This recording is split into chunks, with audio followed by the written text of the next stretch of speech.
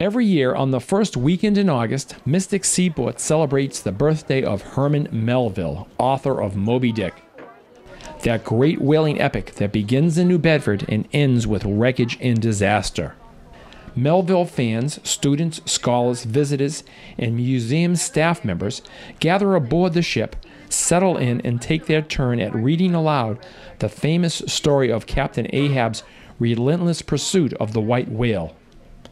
The marathon reading begins Saturday at noon and concludes at noon the next day. All hands, readers and visitors alike, get to share in the celebration of this unique tribute to Melville's masterpiece. Chapter 1, Loomings. Call me Ishmael.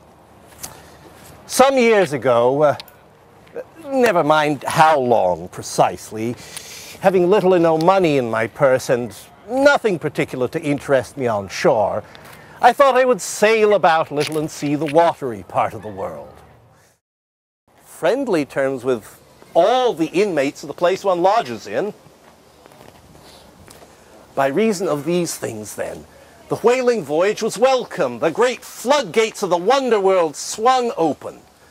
And in the wild conceits that swayed me to my purpose, 2 by 2, there floated into my inmost soul endless processions of the whale. And midmost of them all, one grand hooded phantom, like a snow hill in the air. Thank you.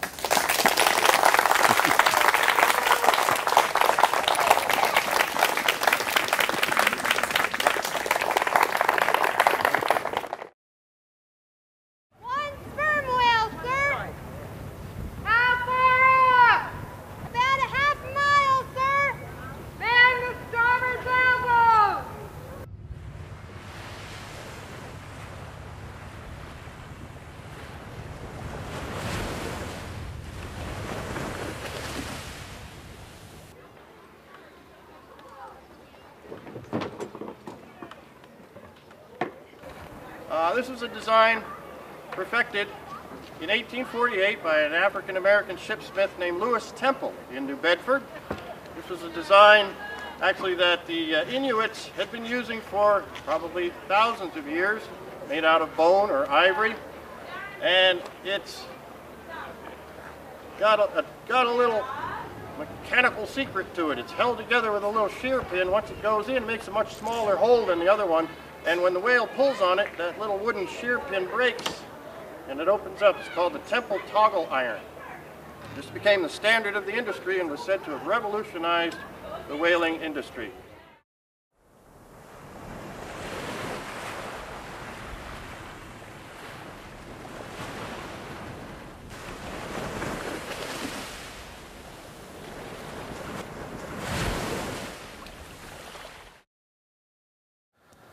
Well, here we are really in this shed in Mystic Seaport, and here is a real whale boat. Now, a whale boat was used really to capture the whales. They would lower them off the whale ship, like the Morgan, row out to where the whales were, and then at that point they would take a harpoon, exactly like this. Now, this is a real harpoon, and they would not so much throw the harpoon, they would push the harpoon into the whale. This would actually open, catch the whale, and then at that point what would happen is they were off to the races. It was a Nantucket sleigh ride at that point. Now, the reason they called it a Nantucket sleigh ride was that many of the early whalers were from Nantucket, and sleigh ride, well, that's kind of obvious because this whale would just take them for a ride. The whale eventually would tire, and at that point they would row the whaleboat closer to the whale and then stab him repeatedly until the whale bled to death. Now, that was the free ride out. The ride back, basically they had to row or push and pull the whale back to the ship, sometimes 4 or 5 miles. So it was a free ride out, but it wasn't really a free ride back in these whaling boats here at Mystic Seaport. It's incredible.